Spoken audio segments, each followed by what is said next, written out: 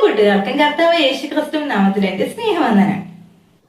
3 മണി പ്രാർത്ഥന വളരെയധികം പ്രതിഫലം ലഭിക്കുന്നതാണ്, കൂടാതെ വളരെ ശക്തിയേറിയതാണ്. 3 മണി പ്രാർത്ഥനയുടെ പ്രത്യേകതകൾ എന്തൊക്കെയാണ്?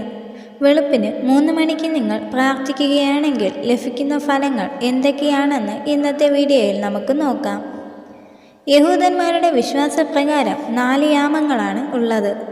വൈകുന്നേരം 6 മണി മുതൽ 9 മണി വരെ 1-ാം യാമം, രാത്രി 9 മണി മുതൽ 12 മണി വരെ 2-ാം യാമം, വെളുപ്പിന് 12 മണി മുതൽ 3 മണി വരെ 3-ാം യാമം, വെളുപ്പിന് 3 മണി മുതൽ രാവിലെ 6 മണി വരെ 4-ാം യാമം എന്നിങ്ങനെയാണ് ഇത് തിരിച്ചിരിക്കുന്നത്.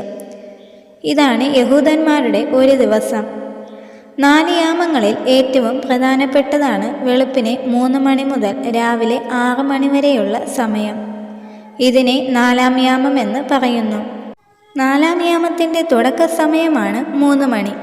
4-ാം യാമത്തെ ഫോർത്ത് വാച്ച് എന്നാണ് ഇംഗ്ലീഷിൽ പറയുന്നത്.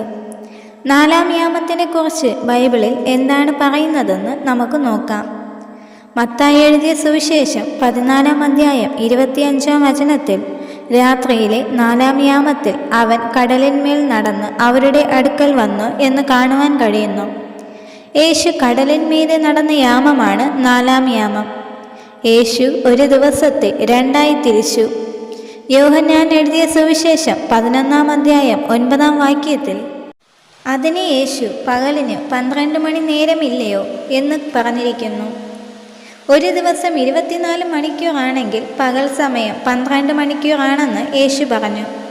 വെളുപ്പിനെ 3 മണി വരെയുള്ള സമയം പൈശാചിക ശക്തികൾക്കെതിരെ ദൈവദൂതന്മാർ യുദ്ധം ചെയ്യുന്ന സമയമാണ്. ദൈവദൂതന്മാർ ഭൂമിയിലേക്ക് ഇറങ്ങുന്ന സമയമാണ്. മനുഷ്യൻ ഗാഢനിദ്രയിലേക്ക് വീഴുന്ന സമയമാണ് ഈ സമയം. നിങ്ങൾക്ക് ഈ സമയം ഉണർന്ന് പ്രാർത്ഥിക്കുവാൻ സാധിച്ചാൽ വലിയ അത്ഭുതങ്ങൾ നിങ്ങളുടെ പ്രാർത്ഥനാ വിഷയത്തിൽ നടക്കും. കാരണം മനുഷ്യർ ഉറങ്ങുന്ന സമയം നിങ്ങൾ എഴുന്നേറ്റിരുന്ന് പ്രാർത്ഥിച്ചാൽ ദൈവം ശ്രദ്ധിക്കും. എവിടെ നിന്നാണ് സ്തോത്രവും സ്തുതിയും ഉയരുന്നതെന്ന് ദൈവം നോക്കും. കൂടാതെ ദൈവദൂതന്മാരുടെ ആത്മീയ യുദ്ധത്തിൽ നിങ്ങളും പങ്കാളികളാവുകയാണ് ഇതിലൂടെ. 3 മണി പ്രാർത്ഥനയുടെ പ്രതിഫലം വളരെ പെട്ടെന്നും ഇരട്ടിയുമായിരിക്കും. നിങ്ങളുടെ അടഞ്ഞുകിടക്കുന്ന നിർജീവമായ പ്രാർത്ഥനാ വിഷയങ്ങൾ 3 മണി പ്രാർത്ഥനയിൽ ഉൾപ്പെടുത്തി നോക്കൂ. വലിയ വിടുതൽ അനുഭവിച്ചറിയാം. ബന്ധനങ്ങൾ അഴിയും, രോഗങ്ങൾ സൗഖ്യമാകും, പാപികൾ മാനസാന്തരപ്പെടും, നിന്റെ ഉദ്ദേശങ്ങൾ സാധ്യമായി തീരും. ഒരു പ്രതീക്ഷയുമില്ലാത്ത വിഷയത്തിന്മേൽ പോലും ദൈവം പ്രവർത്തിക്കും. നീ വിശ്വസിക്കുന്നു എങ്കിൽ ഉണർന്ന് പ്രാർത്ഥിച്ചോളൂ, നീ നിരാശനാകയില്ല. 3 മണി പിശാചുക്കൾ സകല ശക്തിയും എടുത്ത് പ്രവർത്തിക്കുന്ന സമയമാണ്. അതുകൊണ്ട് ഈ സമയം ദൈവമക്കളുടെ പ്രാർത്ഥന ഉണ്ടാകുന്നത് പിശാചിൻ്റെ ശക്തിയെ കെടുത്തുകളയും. ഇതൊരു പോരാട്ടത്തിൻ്റെ സമയമാണ്. പലർക്കും ഈ സമയം ഉണരുവാൻ സാധിക്കയില്ല. ഗാഢനിദ്രയിൽ തന്നെ അവർ ആയിരിക്കും. രാത്രിയിലായിരുന്നു ദൈവം ഇസ്രായേലിനെ മിസ്രൈമിൽ നിന്ന് വിടുവിച്ചത്. സംഹാരദൂതൻ കുഞ്ഞാടിൻ്റെ രക്തം ഇസ്രായേലിയരുടെ ഭവനങ്ങളിലെ കട്ടിളപ്പടിമേലും കുറുമ്പടിമേലും കണ്ട് അവരെ വിട്ട് കടന്നു പോയത് രാത്രിയിലായിരുന്നു. പുറപ്പാടെഴുതിയ പുസ്തകം 12-ാം അധ്യായം 3 മുതൽ, ഈ മാസം 10-ാം തീയതി അതാത് കുടുംബത്തിന് ഒരു ആട്ടിൻകുട്ടിയെ വീതം ഓരോരുത്തൻ ഓരോ ആട്ടിൻകുട്ടിയെ വീതം എടുക്കണം. 6-ാം വാക്യത്തിൽ, ഈ മാസം 14-ാം തീയതി വരെ അതിനെ സൂക്ഷിക്കണം. ഇസ്രായേൽ സഭയുടെ കൂട്ടമെല്ലാം സന്ധ്യാസമയത്ത് അതിനെ അറക്കണം.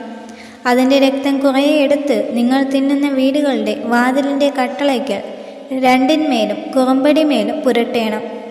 അന്നു രാത്രി അവർ തീയിൽ ചുട്ടതായ ആ മാംസവും പുളിപ്പില്ലാത്ത അപ്പവും തിന്നേണം. 12-ാം വാക്യത്തിൽ, ഈ രാത്രിയിൽ ഞാൻ മിസ്രൈം ദേശത്തു കൂടി കടന്ന് മിസ്രൈം ദേശത്തുള്ള മനുഷ്യൻ്റെയും മൃഗത്തിൻ്റെയും കടുന്നൂലിനെയൊക്കെയും സംഹരിക്കും. മിസ്രൈമിലെ സകല ദേവന്മാരിലും ഞാൻ ന്യായവിധി നടത്തും എന്ന് എഴുതിയിരിക്കുന്നു. 4-ാം യാമത്തിൽ നടന്ന ചില പ്രധാന കാര്യങ്ങൾ ബൈബിളിൽ നിന്ന് നമുക്ക് നോക്കാം. പുറപ്പാടിൻ്റെ പുസ്തകം 14-ാം അധ്യായം 24-ാം വചനത്തിൽ, പ്രഭാതയാമത്തിൽ യഹോവ അഗ്നിമേഘസ്തംഭത്തിൽ നിന്ന് മിസ്രൈമ്യ സൈന്യത്തെ നോക്കി മിസ്രൈമ്യ സൈന്യത്തെ താറുമാറാക്കിയെന്ന് കാണുവാൻ കഴിയുന്നു. പ്രഭാതയാമം എന്ന് പറയുന്നത് വെളുപ്പിനെ 3 മണി മുതൽ രാവിലെ 6 മണി വരെയുള്ള സമയമാണ്. രൂപാന്തരങ്ങൾ സംഭവിക്കുന്ന യാമമാണിത്. ദൈവം നിനക്ക് വേണ്ടി യുദ്ധങ്ങൾ ചെയ്യുന്ന സമയമാണിത്. അതിരാവിലെ 3 മണി മുതൽ രാവിലെ 6 വരെയുള്ള സമയത്ത് ദൈവം നിങ്ങളെ എഴുന്നേൽപ്പിക്കാറുണ്ടോ? എങ്കിൽ നിങ്ങളെ പ്രത്യേകം ദൈവം വേർതിരിച്ചിരിക്കുന്നു എന്ന് മനസ്സിലാക്കുക. സ്വർഗത്തിൻ്റെ പദ്ധതി പട്ടണത്തിലിറക്കുവാൻ ദൈവത്തിൻ്റെ സ്പെഷ്യൽ ലിസ്റ്റിൽ നിങ്ങളുടെ പേര് വീണിരിക്കുന്നു. പട്ടണത്തിലെ ദൈവ പദ്ധതികൾ നടപ്പിലാക്കുവാൻ പോകുന്നത് നിങ്ങളുടെ പ്രാർത്ഥന കൊണ്ടാണ്. 3 മണി മുതൽ 6 മണി വരെയുള്ള സമയത്താണ് റോമാ പടയാളികൾ ഡ്യൂട്ടി മാറുന്നത്. രാത്രി 6 മണി മുതൽ വെളുപ്പിനെ 3 മണി വരെ കാവൽ നിൽക്കുന്ന 6000 മുതൽ 8000 വരെയുള്ള റോമൻ പടയാളികൾക്ക് പകരം മറ്റൊരു 6000 മുതൽ 8000 വരെയുള്ള പടയാളികൾ ഡ്യൂട്ടി ഏറ്റെടുക്കുന്ന സമയമാണിത്. മാറ്റം കൊണ്ടുവരുന്ന ഒരു യാമമാണിത്. അപകടങ്ങൾ ഉണ്ടാകാത്തത്, ദൈവദാസന്മാർ വീഴാത്തത്, മാരകരോഗങ്ങൾ തൊടാത്തത്, മന്ത്രവാദങ്ങൾ ക്യാൻസൽ ചെയ്യപ്പെട്ടത് ഈ സമയത്ത് പ്രാർത്ഥിച്ച ദൈവമക്കളുടെ പ്രാർത്ഥന കൊണ്ടാണ്. സ്വർഗീയ നിയമനം നിങ്ങൾക്ക് ലഭിച്ചിരിക്കുന്നു. പ്രഭാതയാമത്തിൽ ദൈവം തൻ്റെ ജനത്തിനു വേണ്ടി യുദ്ധം ചെയ്തു നേരിടേണ്ടതിനെ നേരിടുവാനും തകർക്കേണ്ടതിനെ തകർക്കുവാനും 4-ാം യാമം ദൈവം ഉപയോഗിക്കുന്നു. ദൈവം മനുഷ്യനെ നോക്കുന്ന സമയമാണ് 4-ാം യാമം. ദൈവം ഫറവോനെയും സൈന്യത്തെയും നോക്കിയപ്പോൾ അവൻ തകർന്നു പോയി. യേശു തന്നെ തള്ളിപ്പറഞ്ഞ് പത്രോസിനെ നോക്കിയപ്പോൾ പത്രോസ് മടങ്ങി വന്നു. വിജയങ്ങൾ മുഴുവൻ ഡിക്ലെയർ ചെയ്യുന്നത് 4-ാം യാമത്തിലാണ്. പിതാവായ ദൈവം ഫറവോനെ നോക്കിയതും യേശു പത്രോസിനെ നോക്കിയതും പ്രഭാതയാമത്തിലാണ്. ഈ സമയത്തിനായി ദൈവം നിങ്ങളെ ഉറപ്പിക്കുകയാണ്. ന്യായാധിപന്മാർ 7-ാം അധ്യായം 19-ാം വചനത്തിൽ, മധ്യയാമത്തിൻ്റെ ആരംഭത്തിൽ അവർ കാവൽ മാറി നിർത്തിയ ഉടനെ ഗിദെയോനും കൂടെയുള്ള 100 പേരും പാളയത്തിൻ്റെ അറ്റത്ത് എത്തി കാഹളമൂതി കയ്യിലുണ്ടായിരുന്ന കുടങ്ങൾ ഉടച്ചു എന്ന് എഴുതിയിരിക്കുന്നു. 3-ാം യാമത്തിലാണ് യുദ്ധം ആരംഭിച്ചത്. 4-ാം യാമത്തിൽ ഇസ്രായേൽ ജയിച്ചു. 4-ാം യാമത്തിലാണ് വിജയം വരുന്നത്. ഉൽപ്പത്തി പുസ്തകം 32-ാം അധ്യായം 24-ാം വചനത്തിൽ, അപ്പോൾ ഒരു പുരുഷൻ ഉഷസ്സാകുവോളം അവനോട് മല്ല് പിടിച്ചു. അവന് ജയിക്കയില്ല എന്ന് കണ്ടപ്പോൾ അവൻ അവൻ്റെ തുടയുടെ തടം തൊട്ടു. ആകയാൽ അവനോട് മല്ല് പിടിക്കയിൽ യാക്കോബിൻ്റെ തുടയുടെ തുടം ഉളുക്കിപ്പോയി. എന്നെ വിടുക, ഉഷസ് ഉദിക്കുന്നുവല്ലോ എന്ന് അവൻ പറഞ്ഞതിന്, നീ എന്നെ അനുഗ്രഹിച്ചല്ലാതെ ഞാൻ നിന്നെ വിടുകയില്ല എന്ന് അവൻ പറഞ്ഞു. നിന്റെ പേർ എന്തെന്ന് അവൻ അവനോട് ചോദിച്ചതിന്, യാക്കോബ് എന്ന് അവൻ പറഞ്ഞു. 4-ാം യാമത്തിലാണ് ഇസ്രായേൽ എന്ന പേര് യാക്കോബിന് ലഭിച്ചത്. നിങ്ങളെ ഉയർച്ചയിലേക്ക് നയിക്കുന്നത് 4-ാം യാമമാണ്. 1-ാം യാമത്തിൽ യേശുവിൻ്റെ ശിഷ്യന്മാർ പടകിൽ യാത്ര പുറപ്പെട്ടു. 2-ാം യാമത്തിൽ അവർ യാത്ര തുടർന്നു. എന്നാൽ 4-ാം യാമത്തിലാണ് യേശു കടലിലൂടെ നടന്ന് ശിഷ്യന്മാരുടെ അടുക്കലേക്ക് വന്നത്. ആക്സിഡൻറ്റുകൾ ഏറ്റവും അധികം നടക്കുന്നത് 4-ാം യാമത്തിലാണ്. 2-ാം യാമത്തിലും 3-ാം യാമത്തിലും ഉണ്ടാകുന്ന പ്രതിസന്ധികളെ 4-ാം യാമത്തിൽ യേശുവിൻ്റെ നാമത്തിൽ ശാസിക്കുക.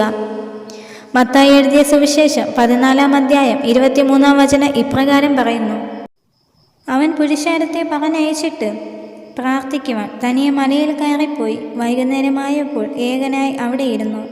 പടകു കരവിട്ട് പല നാഴിക ദൂരത്തായി. കാറ്റ് പ്രതികൂലമാകൊണ്ട് തിരകളാൽ വലഞ്ഞിരുന്നു.